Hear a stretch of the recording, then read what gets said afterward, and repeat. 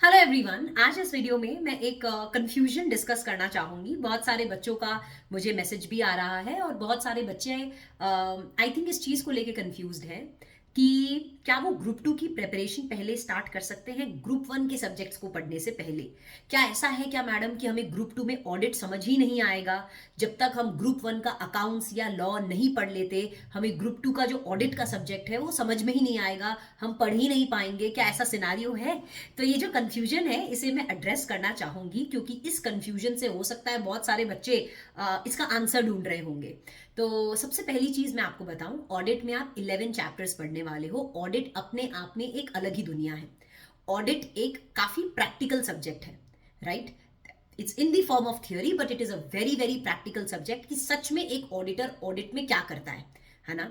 तो it's a very practical subject and audit में आपके सिलेबस में जो ऑडिट आप पढ़ने वाले हो उसमें 11 चैप्टर्स हैं।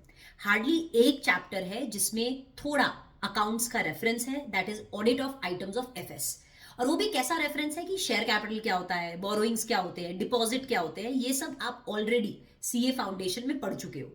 और एक और चीज मैं आपको बता दूं, एनी विच वेज जब मैं ऑडिट पढ़ाती हूँ, इररिस्पेक्टिव कि आपने ग्रुप वन किया है या नहीं किया है, एनी विच वेज जब मैं अपनी क्लास में ऑडिट का सब्जेक्ट पढ़ाती हूँ तो इस तरीके से पढ़ाती हूँ कि I consider students as raw. मैं बच्चों को रॉ समझती हूँ कि उन्हें अभी ज्यादा कुछ नहीं आता।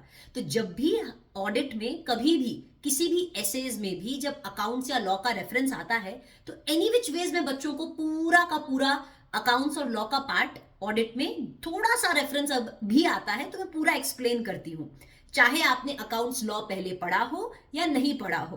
तो आपको टेंशन लेने की जरूरत नहीं है। बिल्कुल कतई ऐसा नहीं होने वाला कि आपको ऐसा लगे कि मैडम यार हमने अकाउंट्स लॉ नहीं पढ़ा तो हम ऑडिट नहीं समझ पाएंगे। बेटा, हार्डली एनी रेफरेंस है अकाउंट्स एंड लॉ का, और जो थोड़ा बहुत रेफरेंस कुछ एक आध चैप्टर में है वो मैं आपको डेफिनेटली इस तरह से करवाने वाली हूं कि आपको कोई टेंशन नहीं आएगी। और रहा साहब, मैं एक और सजेशन दे दूं कि आप अपने सीनियर्स से भी बात कीजिए जिन्होंने group one and group two दोनों की पढ़ाई कर ली है। आप अपने सीनियर से भी बात कीजिएगा, स्पेशली उन बच्चों से जिन्होंने मुझसे ऑडिट पढ़ा है, उनसे आप बात कीजिएगा।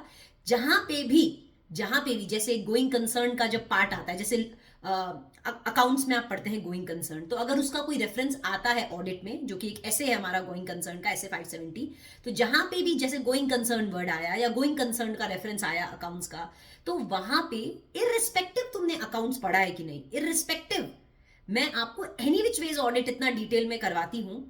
मेरे क्लासेस बहुत डिटेल में होते हैं तो आपको कहीं दिक्कत नहीं आने वाली।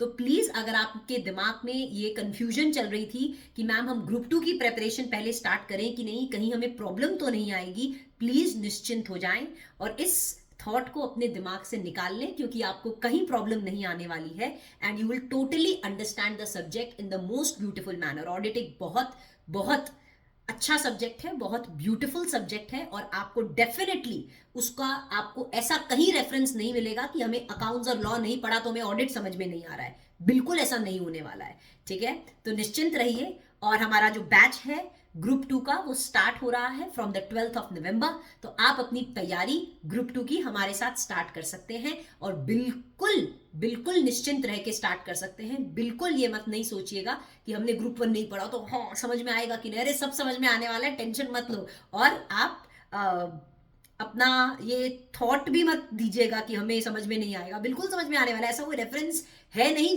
ऐसा कोई बड़ा रेफरेंस है नहीं कि तुम्हें समझ में ना आए। बिल्कुल ऐसा नहीं होने वाला है। सो टेंशन नॉट, एंड एकदम बेफिक्र होकर क्लास ज्वाइन कीजिए। चलिए, all right, have a good day and see you. I hope कि मैंने आपका यहाँ पे डाउट क्लियर किया। तो see you in the classes, see you on the 12th of November. Bye bye.